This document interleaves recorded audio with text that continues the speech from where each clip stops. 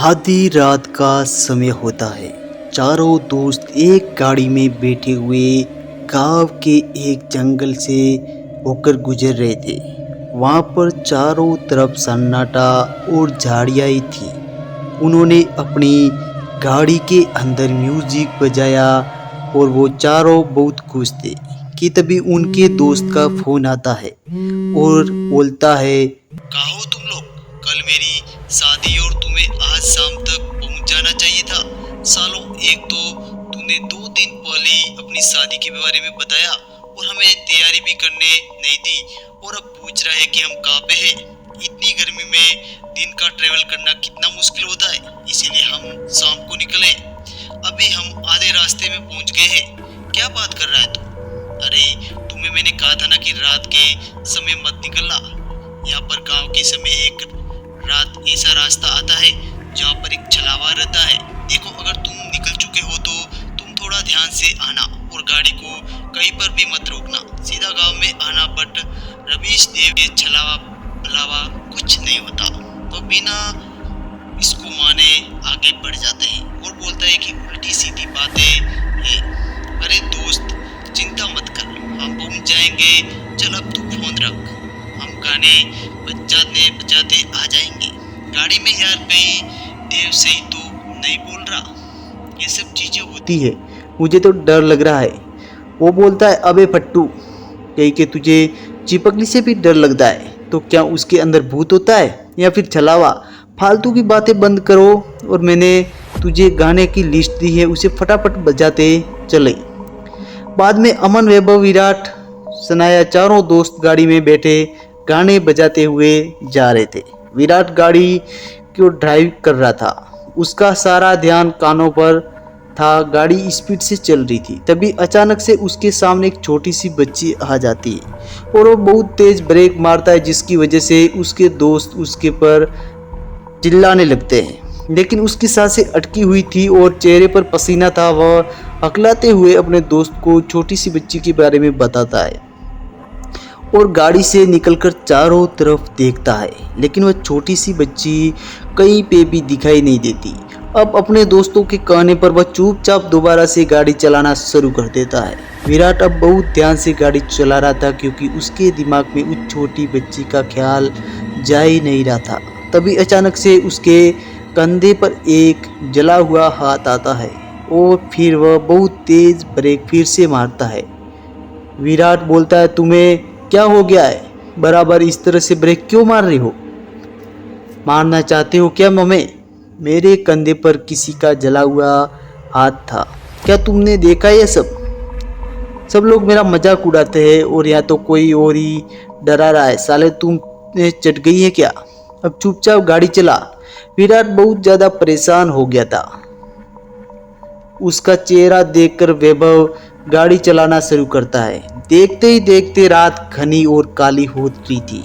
बहुत लोग जंगल के रास्ते से जा रहे थे। कुछ दूरी पर चलने के बाद फिर से गाड़ी रोकता है विराट, और अरे, बहुत जोर से गाड़ी को रोक दी तूने।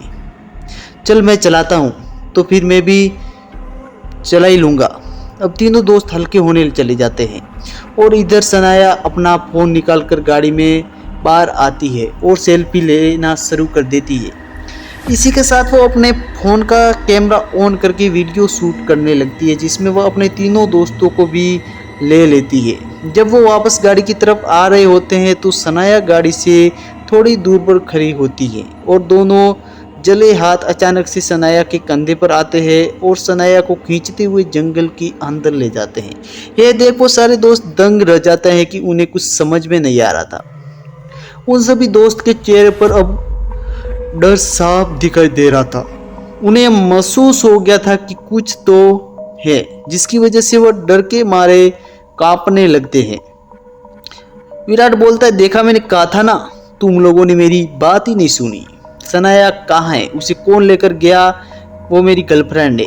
अरे, उसकी माँ को पता चला तो मेरे साथ है। अगर उसे कुछ हो गया तो मैं जेल में पहुंच जाऊंगा। तीनों दोस्त घबराते हुए, अब वो तीनों जिस तरफ सनाया को खींच कर वो ले गई थी, उसी तरफ तीनों भागने लगते हैं और सनाया को ढूंढने लगते हैं। ढूंढते ढूंढते वह जंगल में पहुंच जाते हैं। तभी विराट को अचानक से एक आवाज़ आती है, जैसे कोई उसे बुला रहा हो।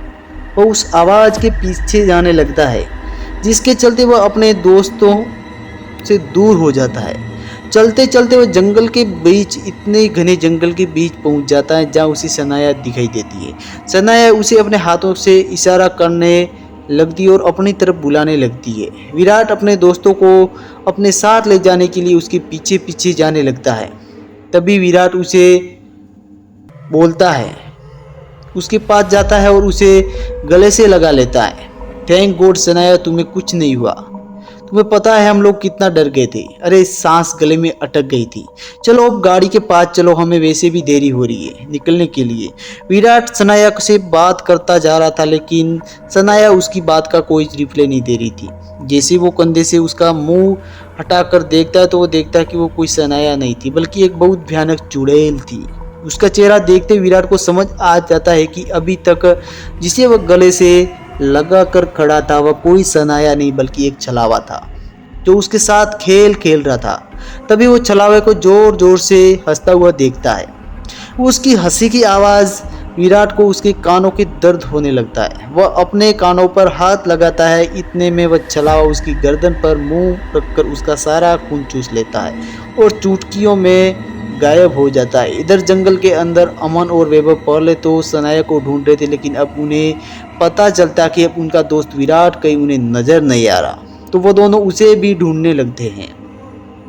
विराट कहाँ है यार तू? यहाँ सनाया नहीं मिल रही और अब तू भी गायब हो गया। सनाया विराट कहाँ चले गए? तुम दोनों। वैभव सनाया विराट को ढूंढते हुए आगे बढ़ जाता है। अमन वही झाड़ियों के हिलने की वजह से थम जाता है। अब अमन वहाँ अकेला खड़ा रह गया था। तभी झाड़ियों में से सनाया निकलकर उसके पास आ जाती है। अमन अमन मुझे बचा लो, अमन मुझे वो मार देगा और वो कोई नहीं छलावा है, हमें एक एक करके मार देगा। वो बोलता तुम चिंता मत करो, हम लोग आ गए हैं, सब लोग ठीक हो जाएगा। सनाया को रोते हुए अमन उसे ऊपर तरस आ रहा था, लेकिन तभी वो अचानक से सोच में पड़ जाता कि सनाया को कोई जंगल में बुरी तरह से खींचे हुए लेकर गया था, लेकिन या तो उसकी हालत बिल्कुल ठीक दिखाई दे रही है, उसके शरीर पर कोई घाव या कुछ भी मतलब गंदी चोट लगी हुई नहीं है, बिल्कुल सही सलामत है। उसके सामने खड़ी थी और रो रही थी, जिसकी वजह से उसे उसके ऊपर एक शक होने लगता है और वो उसके पास बढ़ते हुए अचानक से रुक जाता है और वही रुक जाओ, आके एक कदम मत बढ़ाना, मैं जानता हूँ तुम कौन हो, तुम मेरी दोस्त सनाया नहीं हो, बताओ तुम कौन हो। अमन के मुंह से ये सुनते छलावा वही रुक जाता है और सनाया के रूप से अपनी असली रूप में आने लगता है और जोर जोर से हंसने लगता है, जिसके बाद वह एक काला छाया बनकर उसके अंदर घुस जाता है और देखते ही देखते वह अमन को एक दर्दनाक मौत दे देता है, जिसके बाद वह काला धुआं अमन के जिस्म में बाहर आता है और अचानक से गायब हो जाता है। छलावा एक एक करके उन सभी दोस्तों को मारते जा रहा था। आखिर में छलावा का काम भी तो यही होता है, लोगों को गुमराह करना फिर उन्हें मार देना। अब सभी में से दो दोस्त बचे थे, यानी सनाया और वैभव। चलते जंगलों में बहुत अंदर पहुंच जाते हैं। यहाँ उसी जंगलों में बेहोशी की हालत में सनाया पड़ी हुई नजर आती है। अरे ये तो सनाया है, सनाया सनाया उठो, इतना बोलकर वो उसके पास जा ही रहा था, तभी उसे बेहोश से ऊपर शक होने लगता है सनाया के ऊपर और वही रुक जाता है। तभी सनाया को होश आता है और वो भी उठकर खड़ी हो जाती है। अमन सामने वो वैभव को देखती है तो उसे भी वैभव के ऊपर शक होने लगता है कि उसे लगता है कि उस छलावा तो नहीं है और उसके साथ वो खेल तो नहीं खेल रहा। इसी तरह वह दोनों एक दूसरे को छलावा समझकर एक दूसरे से दूर भागने लगते हैं। वह दोनों भागते भागते जंगल के में आग की तरफ आ जाते हैं, लेकिन वह कहते हैं ना कि छलावा कुछ भी कर सकता है। वह उन्हें इस तरह गुमराह कर देता है कि वह भागते हुए फिर दोबारा एक दूसरे से टकराता है। जब वह फिर से एक दूसरे को देखते तो डर जाते हैं और फिर एक दूसरे से दूर भागने की कोशिश करने लगते हैं, लेकिन इतने में उन दोनों को वही बच्ची दिखाई देती है जो विराट को गाड़ी चलाते समय दिखाई दी थी। अगर ये छलावा मेरे सामने है तो फिर ये सनाया है, मेरे सामने छलावा यानी वैभव है। और सनाया को सब समझ में आ जाता है कि छलावा फिर से उनके साथ एक खेल खेल रहा था। अब छलावा उन दोनों को दूर करने के लिए उन दोनों की तरफ बढ़ने लगता है और जोर जोर से हंसने लगता है। वैभव ने बिल्कुल सही कहा था, इस रास्ते में एक छलावा है और ये छलावा हम सभी को मार रहा है। पता नहीं हमारे बाकी के 2 दोस्तों के साथ क्या हुआ होगा। वैभव मुझे बहुत डर लग रहा है, मुझे इस छलावे से बचा लो। इसके हाथों से मुझे नहीं मरना।